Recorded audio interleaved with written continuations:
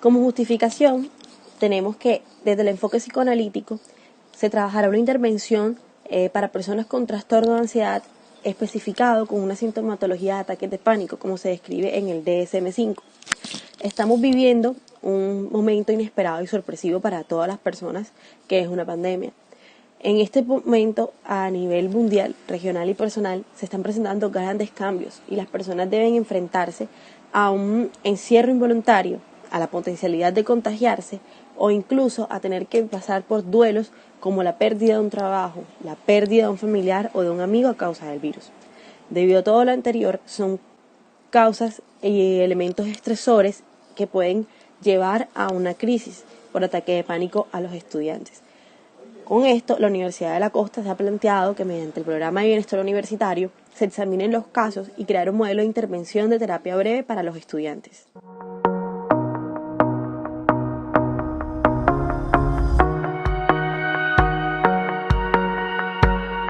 Dentro de los objetivos, decidimos que durante las 6 sesiones tendremos un objetivo general que será disminuir la sintomatología somática, que sería esta parte de sudoración, todo lo que tiene que ver con la parte corporal, que va llevando a que la persona tenga un ataque de pánico que se refleje físicamente. Taticardia, aceleraciones, sudoraciones, sentimiento de asfixia. Todos estos síntomas se buscan disminuir como un objetivo general para los estudiantes de la Universidad de la Costa en la ciudad de Barranquilla. Manejaremos 3 objetivos específicos y el primero será analizar el sistema cognitivo, emocional, conductual y fisiológico en conjunto con los estudiantes de la universidad. El segundo objetivo específico será estimar el nivel de incidencia de los factores ambientales que influyen en la ansiedad de los estudiantes de la Universidad de la Costa. Y como tercer objetivo específico tendremos concientizar a los estudiantes, compañeros, de cómo se presenta un ataque de ansiedad, un ataque de pánico en nuestros compañeros y cómo brindarles ayuda, la ayuda que sea necesaria para ellos. En la sesión 1, teniendo en cuenta los datos personales del paciente y con la apropiación de la historia clínica, con su estudio, queremos conocer el motivo de consulta, que en este caso sería la problemática o el trastorno que escogimos, que es la ansiedad, y se indagará a nivel emocional, cognitivo y conductual. Abordando también las principales ejes, que uno sería el síntoma principal. El síntoma principal es muy importante ya que nos ayuda a comprender la problemática que queremos estudiar. En este caso sería la ansiedad frente al COVID-19 y los acontecimientos que ésta ha generado. Más bien se trata como de esta parte de interpretar de manera individual a cada paciente y mirar la primera impresión de este cuando lo observamos en la sala de espera. También tenemos que ver las discrepancias, en lo observado se sugieren si en realidad es ansiedad o si tiene otros rasgos de este manifiesto en la observación de su cara en conjunto.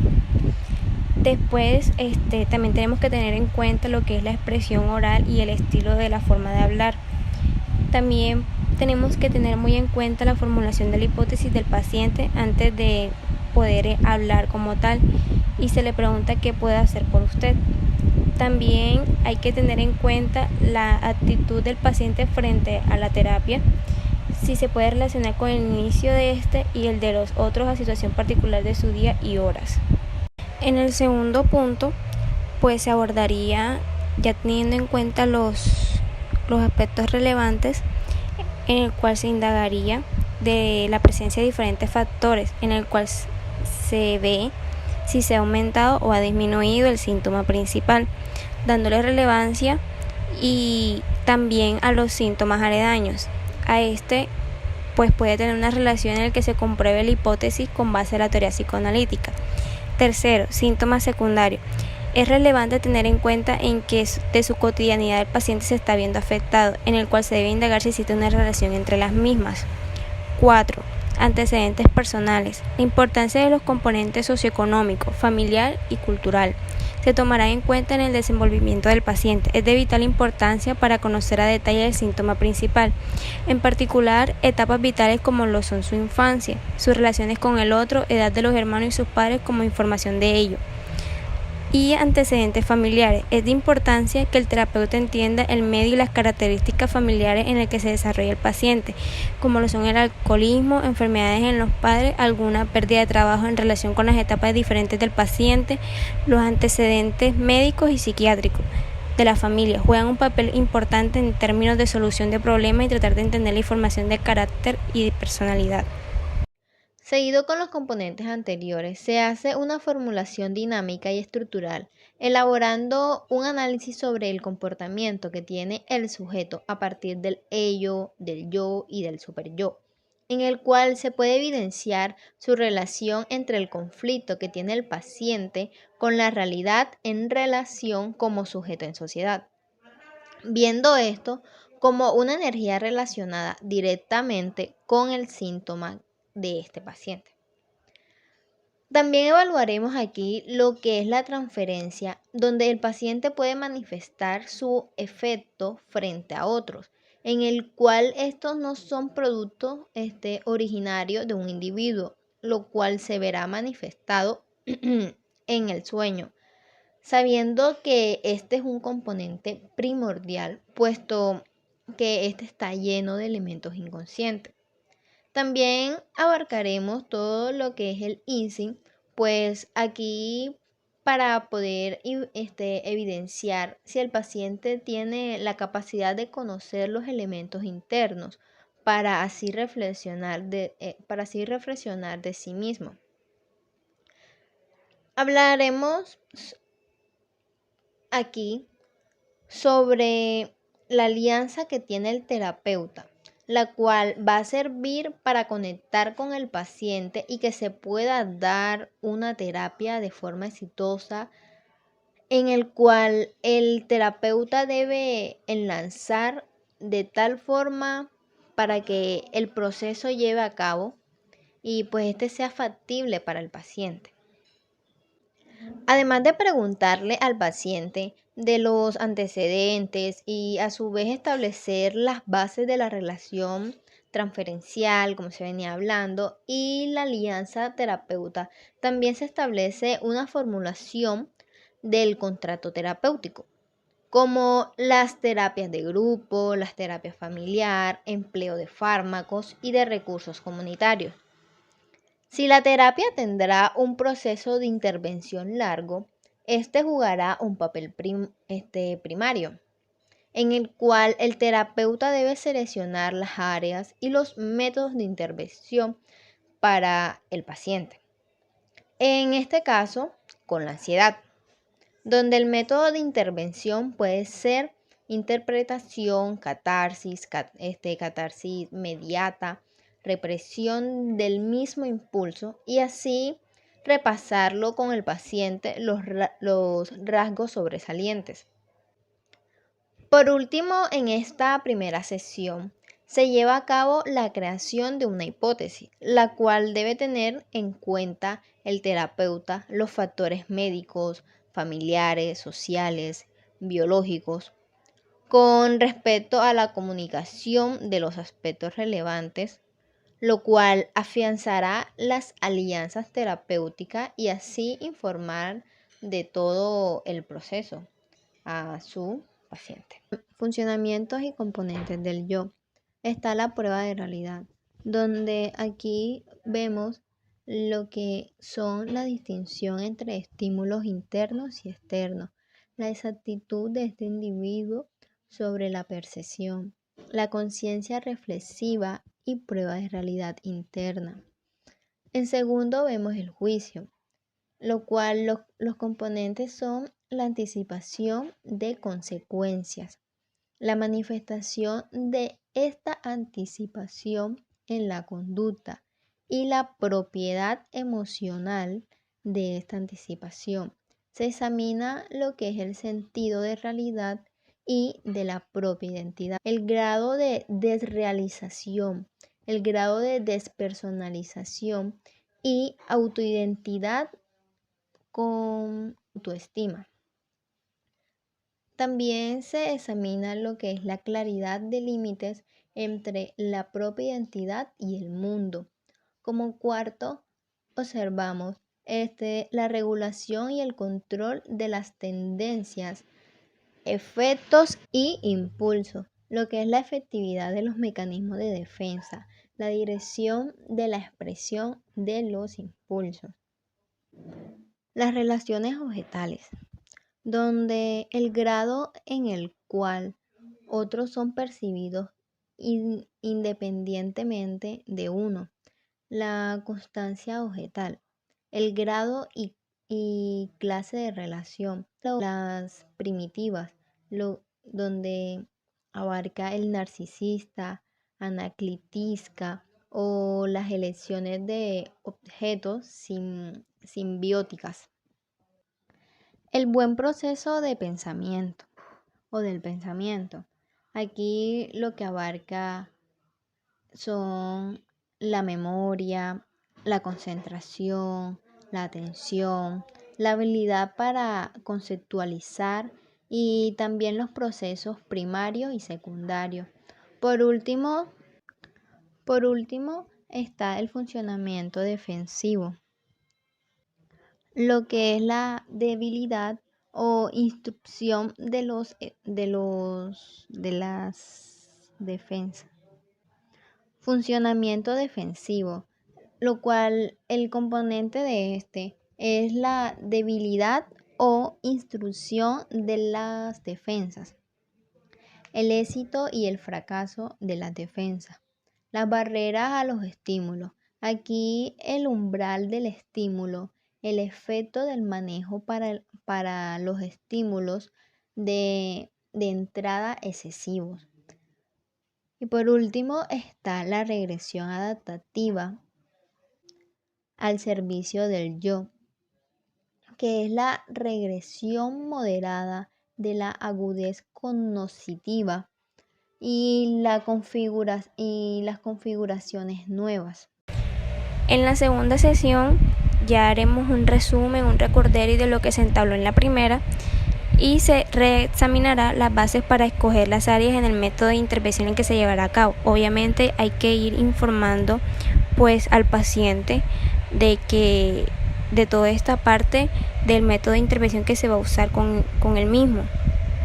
Teniendo en cuenta ello, también se ve o hay que tener en cuenta los pensamientos sobre la sesión inicial, sueño y posición entre sesiones. Es de importancia saber cómo pasó la semana, en especial sus síntomas, para poder identificar otro.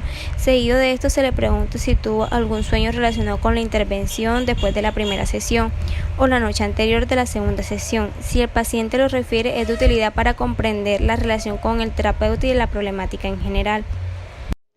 Por último, se hace un enlace de las sesiones para mantener el enfoque e incrementar el funcionamiento sintético integrativo, donde el terapeuta se encarga de familiarizar o darle la idea de referir lo que sucede dentro de él y desarrollar su disposición psicológica con lo que se espera de éste. Aquí se examina si la psicoterapia de Ising es el método para elegir para brindarle al paciente. Sesión 3. En esta sesión se debe trabajar temáticas de separación inminente.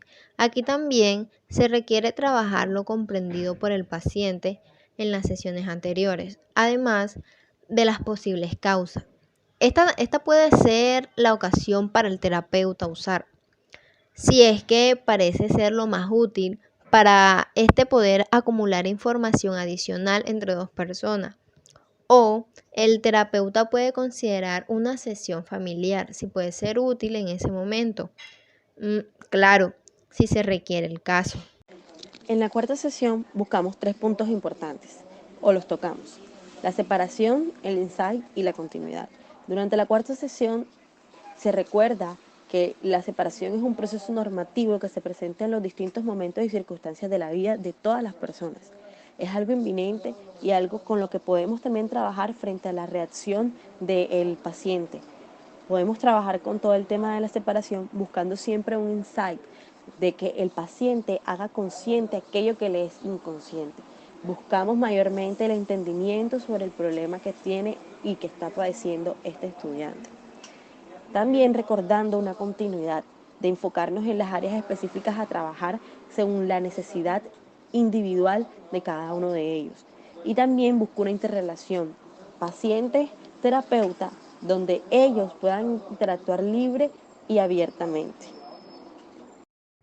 En esta quinta y última sección regular encontraremos 3 conceptos importantes. Primero, el paciente repasa verbalmente todo el periodo del tratamiento. Se empieza preguntándole al paciente cómo pasó la semana anterior. Se le pide que haga un resumen de todo lo que hizo en el proceso del tratamiento, destacando los materiales que se utilizaron y la terminación de estos. Segundo, facilitar una transferencia positiva. Es de utilidad que en esta sección pueda facilitar la transferencia positiva, donde el terapeuta pueda cambiar su estilo de la manera que se torne más humano. ¿De qué forma? Platicando con el paciente de un pasatiempo o algún evento o actividad en común que se esté realizando actualmente, con el fin de disminuir la distancia entre doctor y paciente. Por último, se termina una relación positiva. Se le pide al paciente que se ponga en contacto por teléfono, carta o personalmente si lo desea, después o menos de un mes para que concluya la terapia. Esto haría sentir seguro o segura al paciente que si llegara a necesitar una terapia posterior estará proporcionado por el mismo terapeuta que lo atendió u otro. Sexta sección. Se hace un mes después y se trata de revisar la calidad de los logros terapéuticos basados en la disminución de los síntomas de la ansiedad y se hacen los cambios pertinentes.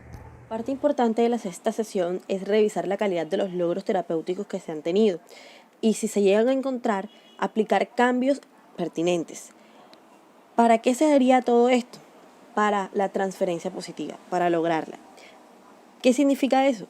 Se busca que el paciente sepa y sienta que el terapeuta va a estar ahí para él, que va a estar ahí para cuando lo necesite en el futuro, donde se vuelva a sentir que lo necesite, él va a estar abierto a que vuelva junto con él o con otro profesional de la salud que éste le recomiende. Lo importante es que el paciente sienta que cuenta con ese apoyo y que no se le está quitando. Para eso, básicamente, se busca que durante la sexta sesión haya una transferencia positiva. Las recomendaciones que se le hacen al paciente, en este caso, pues que éste realice de manera voluntaria, dejar de escuchar noticias, mirar, leer respecto al COVID-19, dejar de seguir aquellas redes sociales que de manera diaria le brindan información respecto a la pandemia, dejar de escuchar qué tanto ha sido el incremento en el día con los afectados con respecto a este virus. Se le invita al paciente a realizar ejercicios de respiración, que haga respiraciones profundas, meditación, yoga. También tratar de comer alimentos saludables para que éste tenga un balance. Por último, y menos importante, también se le invita al paciente a hacer ejercicio regular, tratar de dormir bien. Como conclusión, podemos ver que es un proceso de intervención importante y clave para el desarrollo de los estudiantes de la Universidad de la Costa, en el cual cabe aclarar que no se puede hacer énfasis específico del acercamiento en las áreas o sueños porque cada persona tiene elementos diferenciadores y únicos, por lo cual estas sesiones aquí descritas solo son un modelo general y no específico de atención, teniendo en cuenta que se debe ajustar por el profesional al paciente en su momento.